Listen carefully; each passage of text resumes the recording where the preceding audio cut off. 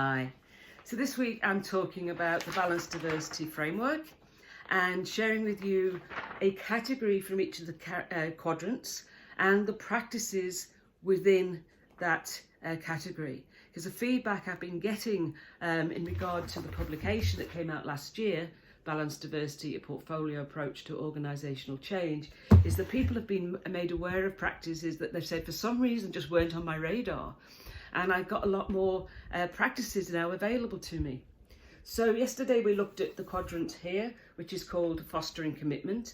And today I wanted to look at Clarifying Expectations, which is this quadrant. And one of the categories is called Assess.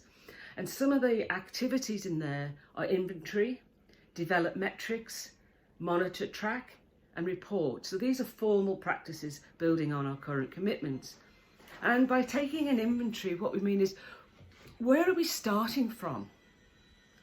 And it's so important to know where we're starting from. What are people's attitudes? What do they think about this change?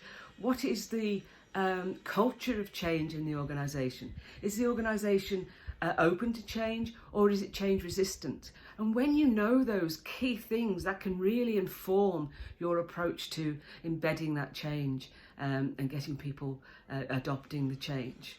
We also talk about developing metrics. It's important to measure how we're tracking. And, you know, it can be what I call pulse checks, just checking in, where are people at?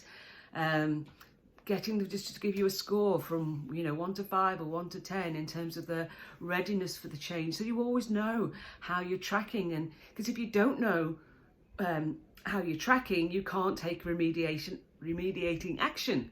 You can't step in and check on your course and change course accordingly.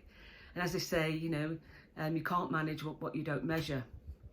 So developing the metrics and then monitoring and tracking them on a regular basis to see how we're going. Don't get, months down the road and then look at your metrics and go, oh God, we're not doing very well. You need to check in on a regular basis so you can take that corrective action as soon as possible before it gets out of hand. And regular reporting. And it doesn't have to be, reporting doesn't have to be pages and pages. You can do a report on a page for what people need to know about how the change is going. And your reporting should be open and honest and transparent. And it should evoke conversation. I'll talk to you about another category and the practices tomorrow. Bye.